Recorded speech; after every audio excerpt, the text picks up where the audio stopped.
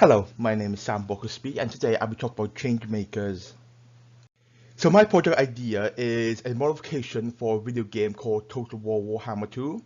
Now, modifications or mod is a process of altering a game's code by a player to a video game. Modification has been around for the gaming industry for a very long time, and what people like to do is to create mods to improve the game, like adding 4K textures, improving stat on their weaponries, or just give them a cheat item that can spawn everything.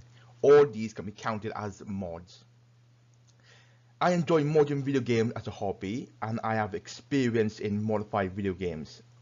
Now, many game developers start off learning how to modify a video game as a way to improve their skills. And based on my research, I found that many game developers start off just to create simple mods like 4K textures or create new guns, and over time these skills will build up. Now, I want to create a video game developers, and I believe that modification of a video game is my way of learning how to code, how to edit stuff, and how to become better. Modification has become my passion, and I love the idea of creating ideas on games and just improve the base game overall. Now, my project goal is to overhaul the base game, and I want to add new units, add new faction mechanics, and overhaul the base game to make it more fun to play around with. So pretty much my plan is to overhaul the base game, and this could include like reword UIs, adding new game mechanics to each factions, maybe adding tweaking unit stats, and adding new units. And pretty much, Total War Warhammer 2 is a turn-based empire building game, but with real-time battles. And in real-time battle, it requires strategy. The players can control a faction, and the main purpose of a faction is to take over the world in military might.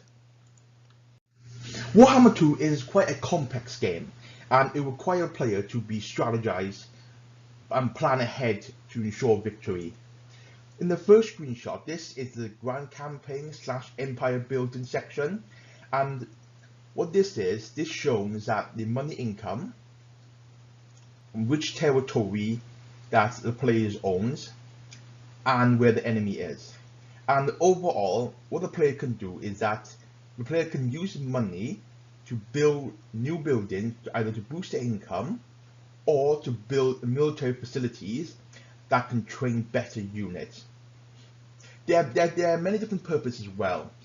The players can access to research, which is require them to research a tech, and this tech can improve the faction overhaul or improve a unit.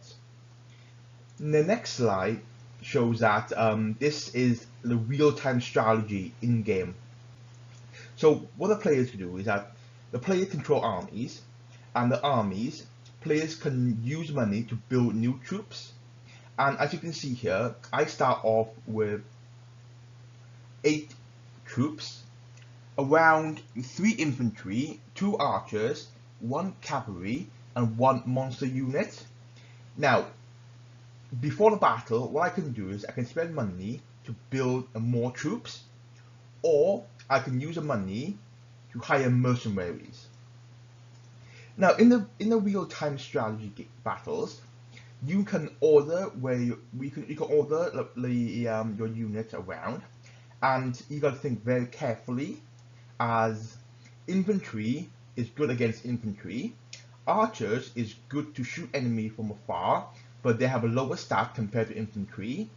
Cavalry is only fit for one purpose, hit and run. Cavalry have a high charge rate compared to normal infantries, and you got to pick your cavalry, section very carefully, as one good hammer and anvil can mean victory, decisive victory. Monster units are very special as they are single entity units, and some monster units act differently. For example, you can have a troll, which main purpose is smash enemy lines. However, in this scenario, the faction I pick, I got a Snow Leopard. Snow Leopard is a fast entity unit, so it's excellent to tie down enemy infantry or do hit and run tactics. So in the planning stages, I broke down my project into 5 phases. The first phase is to create new units for each faction and UI rework. UI rework is very simple as I can just change things around. However, creating new units for each faction is a lot more challenging than I thought it would be like. With the units, first I need to create an ID for them, then I need to link them into different tables. So for example, a unit requires they require armor value, they require speed, they require melee defense, melee attack, weapon strength, and then the charge bonus. I need to create a new table for each of those values.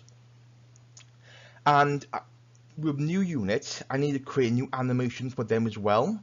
However, I found that this is very time consuming and it costs money to create new animations. So what I would do is I would just copy and paste the vanilla animation into my unit. So for example, if I want to create a sword and shield unit, what I would do is I would go to the vanilla game, find a sword and shield unit animation, and copy that into my new animations. The second phase is to design and create unit cards for each unit. Unit cards are like little images in the very bottom and identify themselves with. I need to go to Photoshop and create them.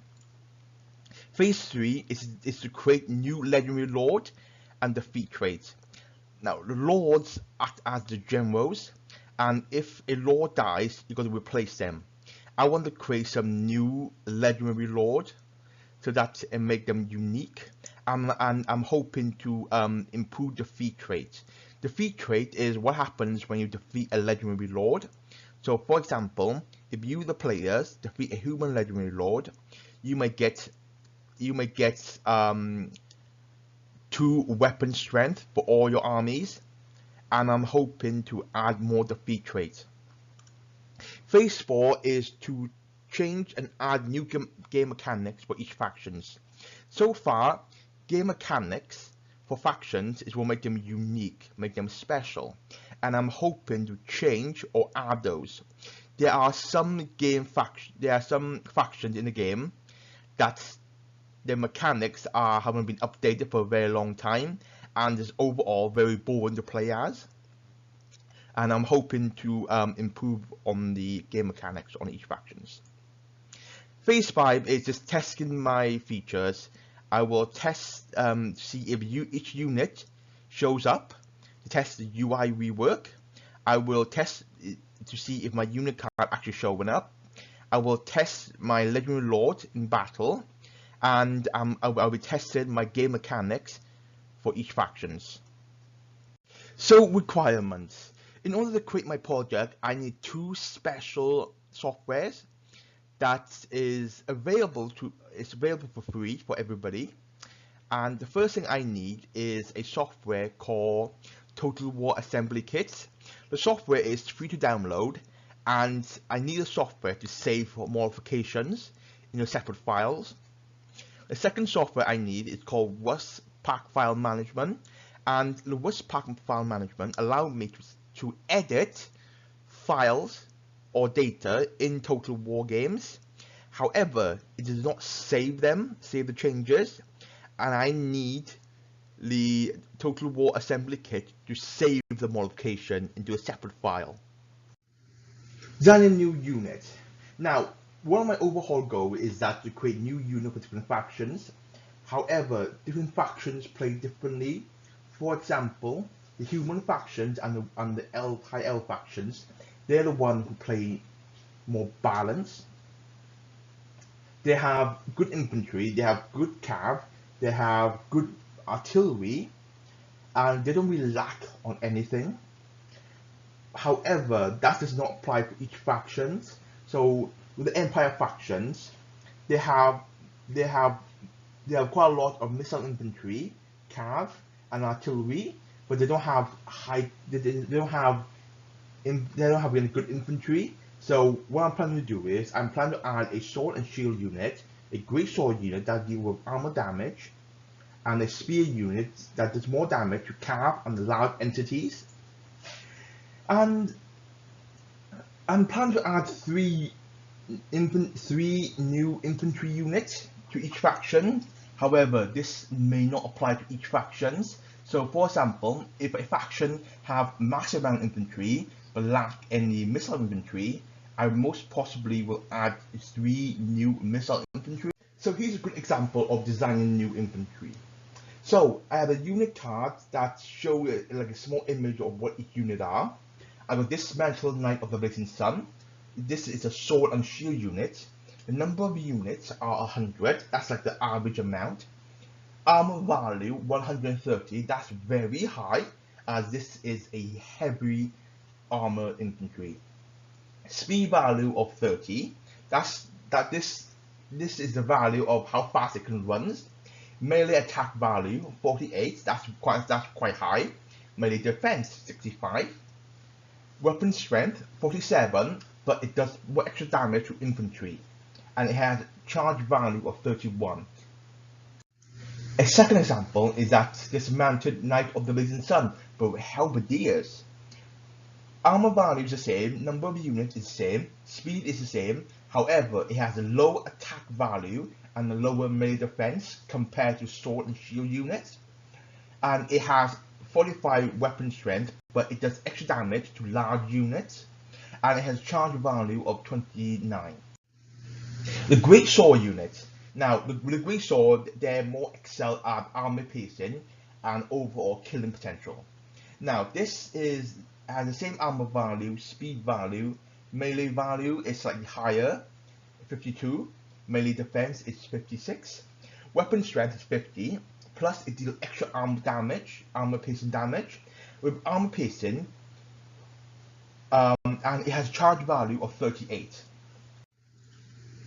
So, designing unit cards. Now, each unit card are like sort of like ID, or representing which unit are, and overall, I need Photoshop to create each unit card for my units, my lords, and my heroes. So designing new lords and heroes. Now lords and heroes play an important role in Total War Warhammer. So in order to raise an army, you need a lord. A lord sort of acts like a general in the army. So if the lord is killed, then the player needs to replace the army. And most faction lords use sword and shields or spears. However, I found that quite boring, and I'm planning to add some lords with like a hybrid weaponries, like with like a crossbow and a sword, or maybe like a bow and a shield unit. And this is an example I created. So for example, this is an axe general I have created by changing lord main weaponries and a copy animation from a unit that use axes. Examples of a new lord. So for human factions, this could be like a male lord with hybrid weaponries, sword and pistol, or maybe like undead factions, maybe a battle axe, or a female lord that use crossbows. So game mechanics. Game mechanics has been around Total War Warhammer for a very long time, and each faction have their own unique mechanics to make it more fun.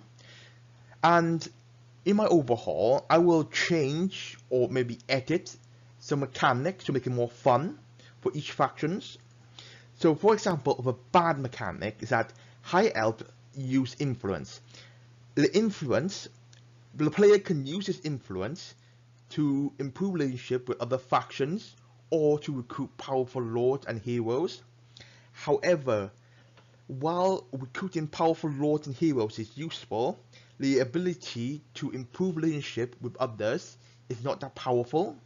In the early games, you could use this, but in the late games, when the player conquer half the world, for example, or it has very high money income and is overall unstoppable to AI factions, overall this influence mechanic is a bit useless, as it doesn't really progress into the late game.